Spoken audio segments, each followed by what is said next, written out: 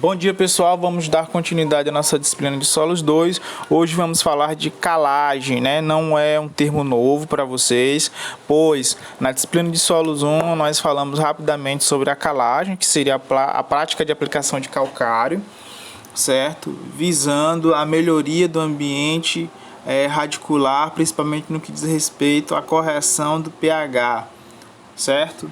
Então, alguns autores definem a calagem, né, como uma prática fundamental para a melhoria do ambiente radicular. E isso é muito verdade nos nossos solos brasileiros, solos tropicais, solos altamente temperizados, em regiões onde nós temos uma precipitação aí acima de 1.600 milímetros, temperaturas elevadas. Então, geologicamente, aquele material de origem, aquela rocha se desgastou de forma muito intensiva, se perdeu muitos nutrientes, e o que ficou em predominância foi alumínio, manganês, ferro, hidrogênio, tornando esse ambiente com pH baixo, logo um pH ácido, o que não é interessante para as culturas, certo? Para as culturas que a gente trabalha, que a gente tende a trabalhar comercialmente, isso não é interessante. É interessante que o pH esteja próximo de 6,5, certo? Então, para se corrigir essa condição de acidez, só lembrando que a acidez ela é medida pelo pH, né? Lá na química vocês viram pH, potencial hidrogeniônico, concentração de hidrogênio. Então, é de se esperar que no ambiente que seja ácido a gente tenha uma alta concentração de hidrogênio, certo? E o que o calcário faz? Ele oferece uma molécula chamada de hidroxila, que é um oxigênio e hidrogênio, que vai se juntar com o hidrogênio que já está lá no solo, formando assim uma molécula não muito conhecida chamada H2O, né? E aí ele neutraliza, diminui essa concentração. Claro que eu estou brincando, né? Todo mundo conhece H2O. Aí o que acontece? Esse hidrogênio que está lá se junta com o OH, formando água, e o pH tende a subir, diminuindo assim a acidez, certo? Mas hoje em dia tudo que a gente vai aplicar, a gente tem que explicar o que é, certo? Como é que qual a sua origem, qual a sua complicação. Pois bem, o calcário nada mais é do que uma rocha, certo? Essa rocha ela é formada por dois minerais, basicamente, a calcita e a dolomita, certo? Se passa por um processo lá de pulverização dessa rocha, quebra a rocha, tritura, peneira, enfim, e se tem esse material, certo? Que a gente chama de calcário, certo? Só lembrando que esse calcário na sua composição, essa daqui é uma foto que eu tirei agora há pouco de um saco de calcário que a gente tinha aqui, certo? É um filler, calcário bem fininho, PRNT, cadê o PRNT dele? PRNT dele aqui, ó. 92, PRNT muito bom, concentração de cálcio 32%, de magnésio 15%, cálcio mais magnésio 47%. Então 47 da sua composição, 47% da sua composição corresponde a cálcio e magnésio, que é interessante, certo? Então calcário pode uma rocha chamada calcário, formado por calcita e dolomita, certo? Não tem nada de químico, enfim, é natural, certo? É um produto que pode ser inclusive utilizado na agricultura orgânica, segundo a legislação brasileira se permite, né? Desde que se conheça a composição química desse calcário, certo? Que pode ter alguns outros elementos naturalmente ali que podem não ser muito interessante para a agricultura orgânica. Vamos passar aqui adiante. Então, quando se fala em calcário, se fala em pH, se fala em correção de pH do solo. Por quê? Vejam só, essa tabela ela demonstra muito bem a disponibilidade do nutriente em função do pH, certo? Então aqui nós temos o grau de disponibilidade, aqui nós temos o pH. Vamos pegar alguns nutrientes aqui para observar o comportamento desse nutriente, a disponibilidade desse nutriente para a planta em função do pH. Ou seja, se a planta consegue absorver com maior ou com menor eficiência aquele nutriente que está ali, você fez a adubação, você colocou o nutriente ali, mas em função do pH, aquele nutriente pode ou não ser absorvido pela planta, certo? Vamos observar aqui. Vamos pegar aqui um macronutriente essencial, certo? Aquele nutriente que é exigido em grandes quantidades pelas plantas. E um dos mais problemáticos no Brasil é o fósforo. Vamos observar aqui o fósforo, certo? Esta é a curva de absorção do fósforo. Essa daqui é o aumento do pH no solo. Então vamos pegar um solo bem ácido, certo? Um solo com pH de 5. O que é que acontece com a absorção do fósforo? Está baixo. Você vai colocando calcário, certo? Você vai aumentando esse pH, o que é que vai acontecendo com a facilidade da planta absorver aquele fósforo? Ela vai aumentando, certo? À medida que você aumenta o pH, a facilidade que aquela planta tem de absorver fósforo vai aumentando. Mas vejam que em certo ponto, o que é que acontece? Essa facilidade, essa disponibilidade de absorção de nutrientes, ela começa a cair, certo? Isso ocorre o que, ó? Aqui, ó. Deixa eu voltar. Aqui no pH, aproximadamente num pH próximo de 7. Então, quando o pH está 7, já não é bom. A absorção desse nutriente começa a diminuir, certo? Vamos pegar outro macronutriente essencial aqui, ó, o nitrogênio, certo? Aí a mesma coisa ocorre com o enxofre e com o boro. Quando o teor de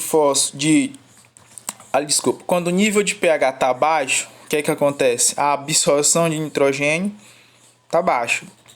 Então você vai colocando calcário, você vai colocando calcário, e o que é que vai acontecendo com a disponibilidade de nitrogênio? Ela vai aumentando, né? Até certo ponto. Quando chega ali próximo de 7, o que é que acontece? Essa disponibilidade de nitrogênio começa a cair, certo? Então, gente, o que eu estou querendo dizer para vocês, quando a gente fala que o pH ideal para a maioria das plantas é algo próximo de 6,5, porque exatamente nessa faixa etária aqui, ó, de 6,5, a gente consegue um melhor equilíbrio na absorção dos nutrientes. Eu consigo pegar uma alta da absorção do fósforo, eu consigo pegar uma alta da absorção do nitrogênio, certo? Veja que alguns elementos, como alguns micronutrientes, à medida que você aumenta o pH aplicando calcário, o que é que acontece com a disponibilidade dele? A disponibilidade dele cai, certo? Mas se a gente conseguir manter o pH em 6,5, essa disponibilidade dele fica equilibrada. Você não pega nem tanto na alta, mas também não pega na baixa, da absorção desse micronutriente. Então, por isso que é muito interessante a gente fazer a prática de calagem, né? Inclusive, gente, eu até peco um pouco no cronograma do assunto, que essa aula de calagem ela tem que vir antes da aula de adubação. Porque o que é que acontece? Às vezes o cidadão aprende a fazer a recomendação de adubação e esquece da calagem. Não vai adiantar nada você fazer um bom manejo de adubação se o seu pH estiver aqui embaixo. Ó. Se o seu pH estiver aqui em 5,5, olha como é que vai ficar a curva de absorção do nutriente, né? Ele vai absorver muito menos do que ele absorveria se você tivesse com um pH em torno de 6,5, certo? Então é muito importante fazer uma boa recomendação de calagem e acertar no pH. Se não acertar no pH, não adianta fazer uma adubação correta, porque o adubo vai estar lá, mas a capacidade de absorção de nutrientes naquele pH baixo da planta vai ser baixa. Então você vai estar jogando dinheiro fora, certo? Então esse daqui é o grande porquê de se fazer uma boa calagem, certo? Porque você vai ter uma melhor eficiência na absorção dos nutrientes. Vamos passar aqui adiante. Quais seriam as vantagens da aplicação do calcário? Reduzir a acidez do solo, né? Como é que você reduz a acidez do solo? Diminuindo a concentração de hidrogênio. Como é que você diminui a concentração de hidrogênio?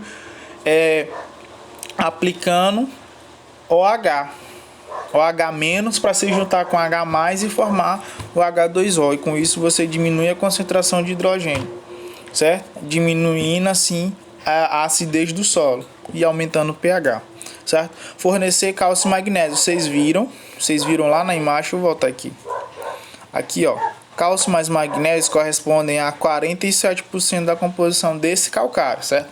Por que eu digo desse calcário? Porque existem diversos tipos de calcário no mercado, certo? Vai depender muito da rocha, da maior ou menor concentração de cálcio e magnésio naquela rocha, certo? Então aqui no Piauí nós temos uma indústria, ou tínhamos, né?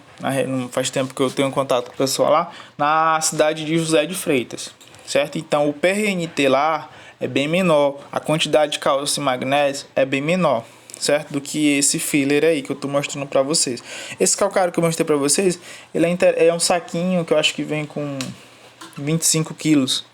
Ele é interessante para hortas, pequenas áreas, um sítio e tal. Você consegue comprar ele baratinho, acho que é 14, 15 reais, certo? Se a gente estiver trabalhando com área já acima de 1 hectare, enfim, é interessante você comprar a tonelada. A tonelada também não é tão cara, certo? Geralmente se paga mais pelo frete do que pelo adubo, certo? Aumenta a disponibilidade de fósforo, vocês viram que não só com fósforo, mas como nitrogênio também.